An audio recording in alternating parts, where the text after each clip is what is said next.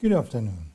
What have I told you? This giant scar on the landscape wasn't just carved by man, but was also shaped by water hotter than a volcano's core. Today we are in Weardale, just north of Westgate, and this massive bowl-shaped quarry carved into the moorland is known as West Rigg Cut. It is over 600 feet long and almost 290 feet wide. In the middle of the quarry is a spine of quartz rock. The gash opening at the head of it is the entrance of an old lead mine. You can peer into the old lead mine, where you'll see rotten timbers sagging with age, damp moss and fern-covered walls, and floors too dangerous to cross. So let's get some context. Dropping down inside the quarry feels like stepping into another world. You get a real sense of being enclosed, a feeling of being inside the geology, not just standing in it. And the first thing you notice are the walls. The rock is the foundation of our story. We're standing inside a formation called Great Limestone. Now this is just an old rock. It was formed around 325 million years ago, during what geologists call the Carboniferous period. Back then, pretty much all of the UK was submerged under a warm, shallow tropical sea. And over millions of years, the shells and skeletons of countless tiny sea creatures rained down on the seabed, piling up thick layers. The immense pressure from the water and sediment above squeezed these layers, cementing them into the solid limestone we see today.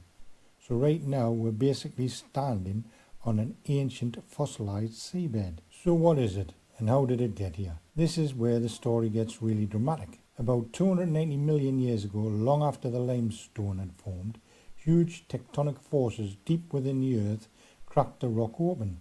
A massive deep fracture was created, forming the Slit Vein, one of the longest and most significant veins in the whole of the North Pennines. This crack became a superhighway for fluids from deep within the Earth's crust. This wasn't water as we know it. This was superheated, extremely salty, and absolutely loaded with dissolved minerals like silica, iron, lead and fluorine. Under unimaginable pressure and at scorching temperatures, these hydrothermal fluids surged upwards through the fissure. The fluids didn't just fill the crack as it flowed, it aggressively soaked into the porous limestone on either side, spreading out up to 60 meters in each direction. Then a profound chemical reaction kicked off. The central crack cooled and solidified, filled with the leftover minerals, mostly quartz, with some pockets of fluorite and a bit of lead ore. Millions of years later, rainwater and oxygen from the atmosphere turned the iron carbonate into surrounding rocks, into the rich iron ore the Victorians were so eager to dig up. It's the human story that really brings a place like this to life. This single feature, the Slit Vein, was responsible for two totally different eras of mining. Long before the iron men showed up, lead miners worked hard here. If you look closely at the quartz vein, you can see the dark gashes and hollows.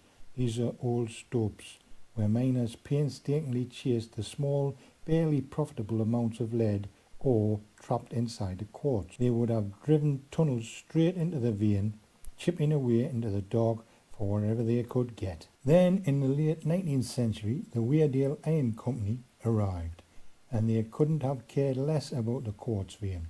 To them, it was just a worthless, tough obstacle. The real prize was the huge deposits of iron ore in the limestone on either side.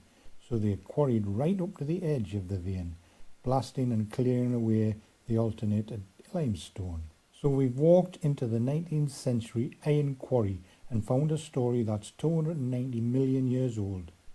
We've seen how this incredible landscape was shaped not just by human ambition, but by ancient geological forces of immense heat and pressure, which left behind this giant, defiant rib of quartz.